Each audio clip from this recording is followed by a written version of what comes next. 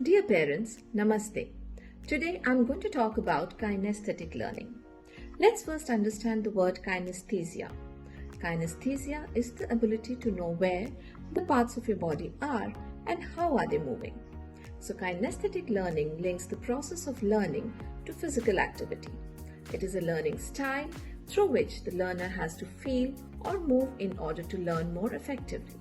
We at the Shri Universal Schools implement kinesthetic learning into the classes of all subjects, like writing on tactile writing pads as part of English class, using math manipulatives as part of math class, experimenting as part of EVS class, or when they reach middle school, reenacting a historical event as part of history class.